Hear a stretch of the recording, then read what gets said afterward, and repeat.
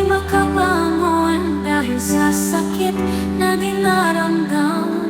Waring isang agila na balian ng papa, at sa ating namusugat halos di na makalipad.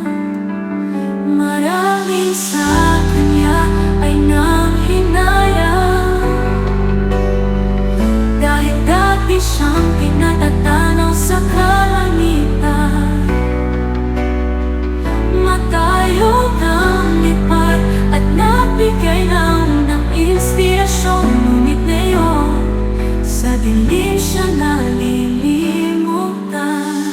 Tahimik siyang napantay, unti-unti sugat niya naghilom.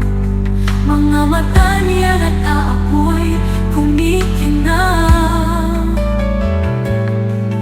Waring ibig na niyang umaklas, at muling sumigaw sa kalawakan. Maraming sa kanya ay nanghinayang, dahil dati siyang pinatatanaw sa kalangitan. Matayo ng lipat at nagbigay ng inspirasyon, ngunit ngayon sa dilim siya nalilimutan. Ang tilang matayog lumipad, abangan niyang muling kakampay. Mga pakpak niyang nasugatan, lakas ay nabalik at dala ay pag-asa.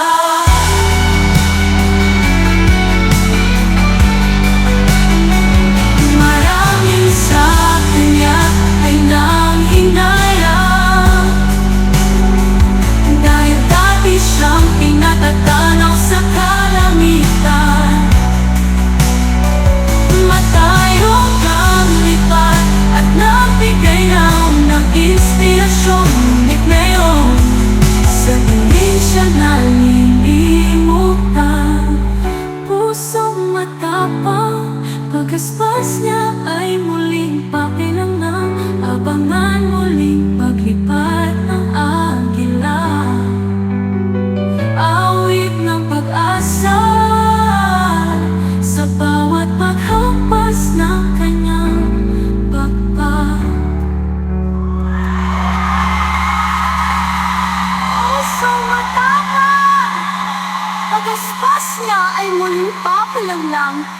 Abangan muling paglipad ng agila, awit ng pag-asa sa bawat paghampas ng kanyang pakpak.